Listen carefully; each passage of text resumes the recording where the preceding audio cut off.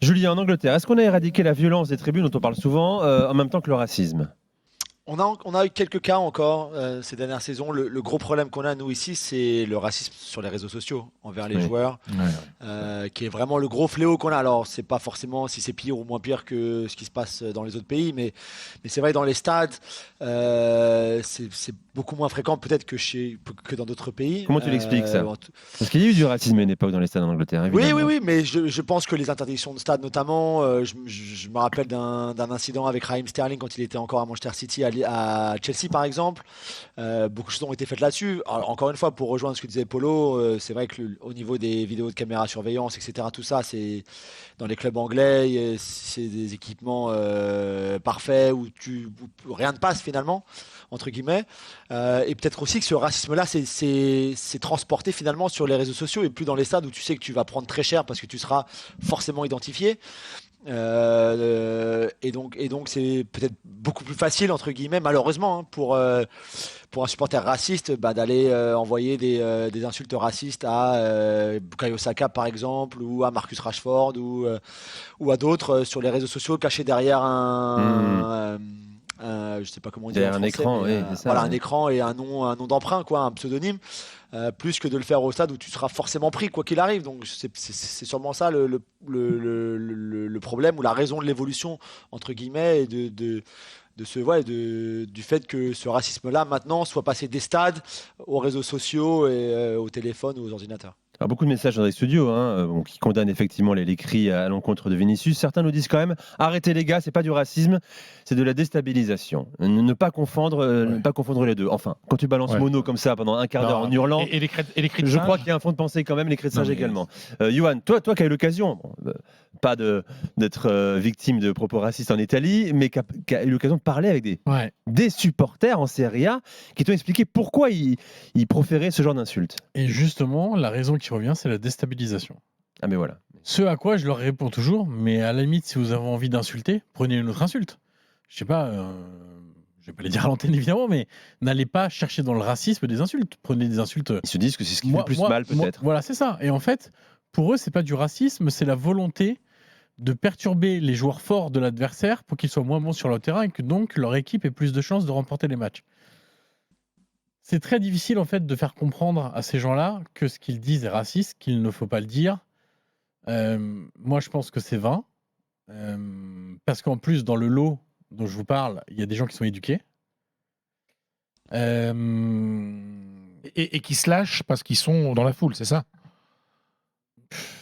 je sais même pas si c'est simplement Bon, par certains la aiment bien, foule aiment ou bien se pas. montrer et même publier C'est des ça. vidéos sur les réseaux C'est derrière. ça. Et non, en Italie, on a évidemment, malheureusement, toutes les semaines quasiment à l'actualité, ce genre de gros problème. On a parlé de Vlahovic. Nous, le racisme est étalé sur beaucoup de nationalités en Italie, sur les personnes de couleur, entre guillemets. Lukaku récemment, encore une L'expression fois. est pas très belle.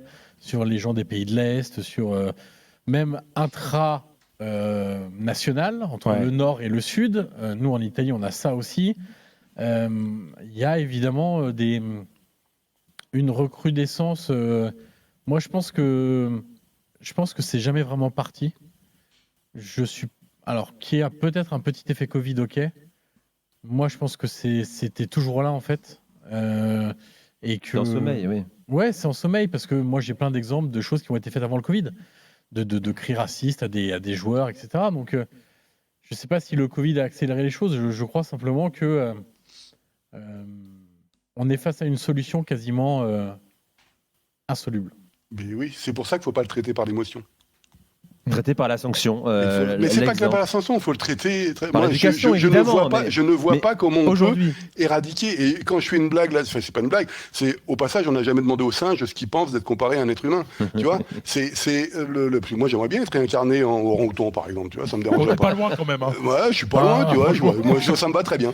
Mais donc, si il y a quelqu'un qui me traiterait de singe, moi, par exemple, et je suis blanc, peut-être que les personnes qui sont entre guillemets de couleur ont une autre version parce qu'on les a pendant des siècles assimilées systématiquement à ça, ont une autre version, mais moi ça me fait entre guillemets rigoler et j'ai le sentiment, et c'est comme Stéphane Fender qui toutes les insultes qu'il a reçues, qui n'étaient pas des insultes racistes lui quand il jouait, a toujours dit que lui ça le rendait plus fort sur le terrain lorsqu'on l'insultait, et lui il appelait à ce qu'on l'insulte.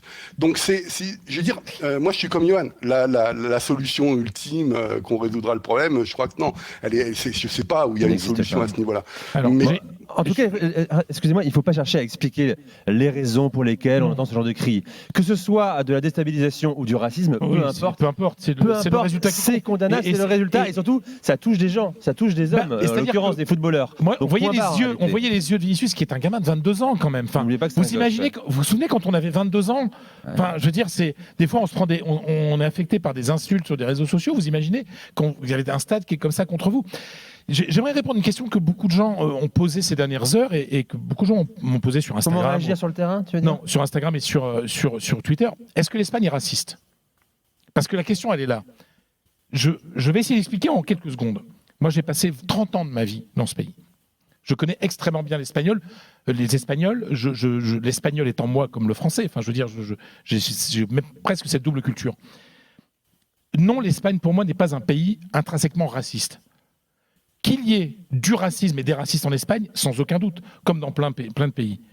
Je pense que l'Espagne est un pays où le racisme social est beaucoup plus important que le racisme contre la couleur de peau ou des étrangers. Vous voyez, enfin, je pense que c'est un mal beaucoup plus. Le classisme est plus fort que le racisme. Il ne faut pas oublier que l'Espagne est un pays qui est passé d'être un pays d'émigration, c'est-à-dire des Espagnols qui partaient vivre à l'étranger, et qui ont souffert du racisme en Allemagne et en France, par exemple, parce que c'est les deux plus grosses destinations, à un pays d'immigration, parce que l'Espagne est devenue plus riche et a accueilli des étrangers, etc. Donc oui, il y a un vieux racisme un peu d'époque, bébête, quoi. Bébête. C'est ça. Tiens, un vieux racisme bébête où on se rend... C'est ça, ouais.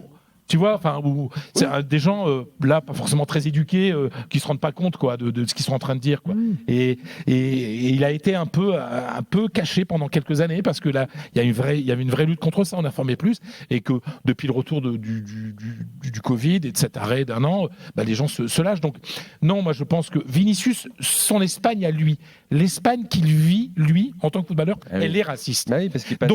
Parce que lui, son métier, c'est le foot. Et qu'il y ait du racisme dans le foot, oui. Donc lui, il vit ça. Après, est-ce que l'Espagne, comme pays, est un pays raciste ? Moi, ce n'est pas... de définir un pays raciste, c'est absolument impossible. Oui, il y a du racisme.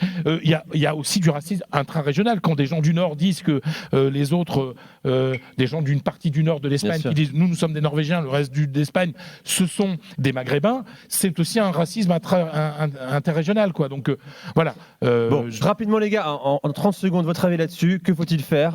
Il faut arrêter le match. Pour moi, et l'erreur du Real hier soir, c'est de ne pas être parti. En plus, les points qu'ils perdent ou pas, ils s'en foutaient. Donc, est-ce que c'est à l'équipe de partir ou à l'arbitre de dire stop ? Moi, je pense que l'arbitre doit arrêter complètement le match. C'est-à-dire que c'est fini. J'aurais tendance à dire la même chose, mais... Avec sanction derrière, hein. C'est ce que rappelle Infantino, 3 points perdus, tout ça. Derrière, quoi. Combien de matchs on arrête par saison ? À quoi ça ressemble derrière, etc. Un moment, peut-être qu'on gâche une saison. Est-ce qu'on doit punir tous les supporters dans un stade parce qu'il y a 100, 200, 500, 1000, 2000, 3000 crétins ? Mais peut-être qu'à un moment, ils s'arrêteront. Julien, ton avis là-dessus ? Moi, je pense qu'il aurait fallu. Après, c'est plus facile à dire. Hein. Je sais pas moi si je suis dans la tête de Karim Benzema, de Carlo Ancelotti quand ça se passe.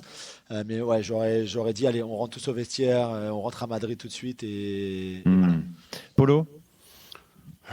Excusez-moi de faire mon sale gauchiste. Le racisme est un sous-genre de la question sociale. Donc moi, je préfère toujours m'occuper de la question sociale. Je suis pas dans l'émotion sur ces questions-là. Quand j'avais 20 ans, je me tapais avec... quand j'étais étudiant, j'allais me taper avec des mecs, ce qu'on appelait le FNA à l'époque, etc., qui étaient encore jeunes et pas encore avec les scores qu'ils faisaient maintenant. Lorsque j'étais en Allemagne, j'ai été victime de discrimination en tant que Français, etc. Et moi, la préoccupation politique qui m'intéresse, c'est d'améliorer le sort des groupes les moins favorisés, et c'est, de mon point de vue, comme ça qu'on fait évoluer une société. Mettre systématiquement le racisme en avant est pour moi une formidable erreur, et notamment de la gauche qui se dit gauche depuis 40 ans.